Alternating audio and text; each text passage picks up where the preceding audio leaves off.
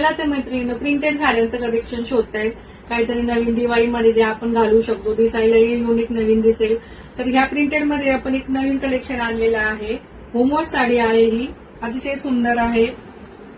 बघू शकता तुम्ही, साडीला बॉर्डर नाहीये, त्याच्यामुळे साडी अजून लाईट वेट झाली आहे. खूप छान दिसतीये साडी. मी घातलेला कलर हा रेड कलर आहे.